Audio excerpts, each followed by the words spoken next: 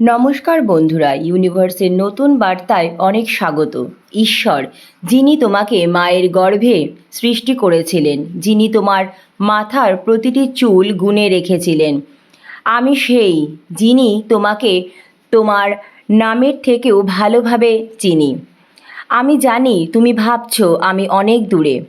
তুমি ভাবছো হয়তো তোমার কান্নার শব্দ আমার সিংহাসন পর্যন্ত পৌঁছাচ্ছে না। তুমি হয়তো মনে করছো এই বিশাল পৃথিবীতে তোমার কষ্ট, তোমার একাকিত্ব হয়তো হারিয়ে গেছে। কিন্তু আজ আমি তোমাকে বলতে এসেছি, আমি তোমাকে দেখাচ্ছি, আমি তোমার প্রতিটি দীর্ঘশ্বাস গুনে রাখছি। তোমার চোখের জল আমি আমার হাতের তালুতে ধরে রেখেছি। তোমার ভাঙা হৃদয়ের প্রতিটি টুকরো আমি অনুভব করি। তাই তোমার সমস্ত ব্যস্ততা থেকে কয়েক মুহূর্তের জন্য বেরিয়ে এসো। তোমার চারিপাশের কোলাহলকে শান্ত হতে দাও আর আমার কথা মন দিয়ে শোনো, কারণ এই বার্তাটি শুধু তোমারই জন্য। আমি তোমার অতীতকে জানি, কিন্তু আমি তোমাকে দোষারোপ করি না। হে আমার প্রিয় আত্মা, আমি জানি তোমার মনের গভীরে কিসের এত বোঝা।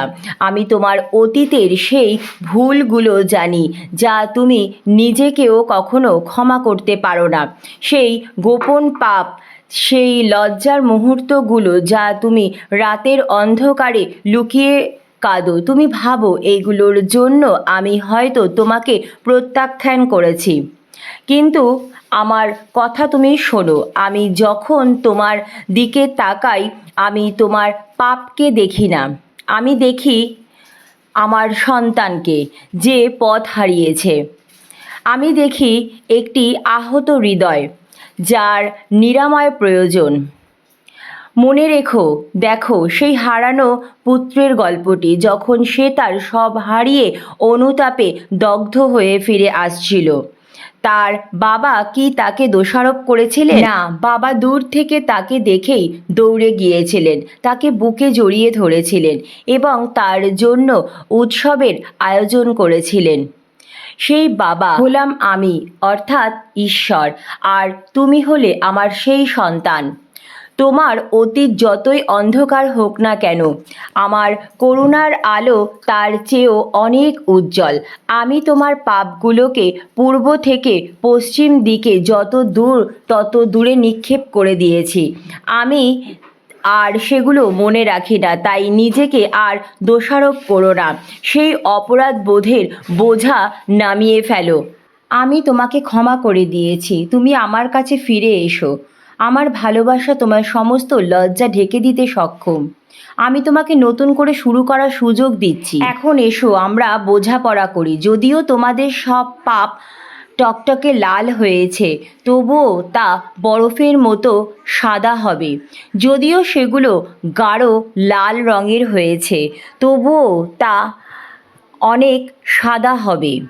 অর্থাৎ তোমার পাপ এখন আস্তে আস্তে দূর হয়ে যাচ্ছে। ঈশ্বর তোমাকে এখন ক্ষমা করেছেন, তুমি এখন পাপ মুক্ত। সেই ঈশ্বর হলেন স্বয়ং মহাবিশ্ব। হে আমার প্রিয় সন্তান, আমি তোমার বর্তমান সংগ্রামকে দেখেছি। আমি জানি তুমি কতটা ক্লান্ত। তুমি লড়াই করছো একটি চাকরির জন্য, একটি সুস্থ শরীরের জন্য, তোমার পরিবারের শান্তির জন্য। তুমি হয়তো ভাবছো, প্রভু আর কত দিন? তুমি হয়তো অনুভব করছো যে তুমি এই ঝড়ের মধ্যে একা, কিন্তু ঈশ্বর তোমাকে প্রতিশ্রুতি দিচ্ছেন তুমি একা নও। যখন তুমি আগুনের মধ্যে দিয়ে হেঁটে যাও, তখন ঈশ্বর তোমার সাথে থাকেন। যখন তুমি গভীর জলের মধ্যে দিয়ে যাও, তখন স্রোত তোমাকে ডুবিয়ে দেবে না। মনে করে দেখো, আমার শিষ্যরা যখন ঝড়ের কবলে পড়েছিল, আমি কোথায় ছিলাম? আমি তাদের নৌকাতেই ঘুমাচ্ছিলাম। তারা ভয় পেয়েছিল, কারণ তারা তাদের চোখ আমার দিক থেকে সরিয়ে ঝড়ের দিকে নিয়ে গিয়েছিল। তোমার জীবনের নৌকাতেও আমি আছি। হয়তো তুমি আমাকে অনুভব করতে পারছো না। হয়তো মনে হচ্ছে আমি নীরব, কিন্তু আমি এখানেই আছি তোমার পাশে। আমি কখনোই তোমাকে ছেড়ে যাইনি, কখনোই ছেড়ে যাবও না। তোমার সংগ্রাম আমাকে এড়িয়ে যায় না।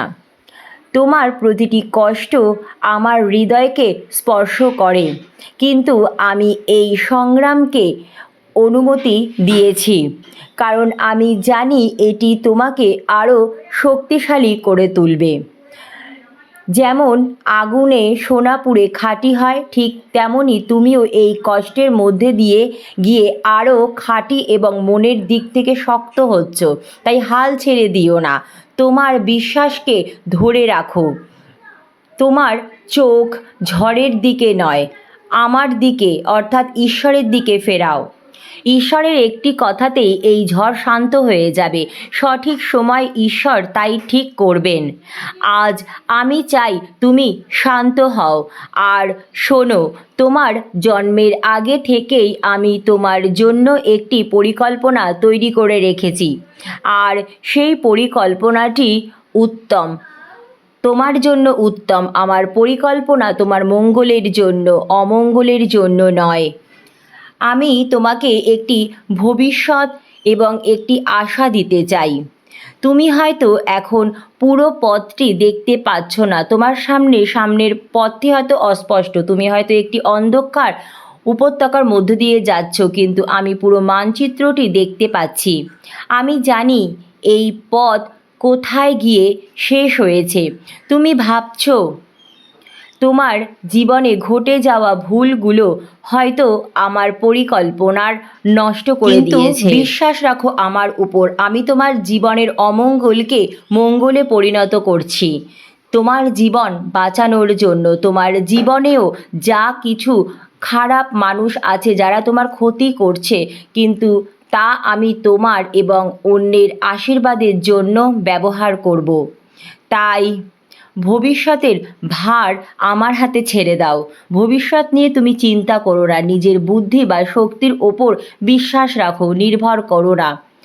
প্রতিদিন সকালে প্রভুর কাছে এসো এবং বলো, হে প্রভু, আজ তুমি আমাকে পথ দেখাও।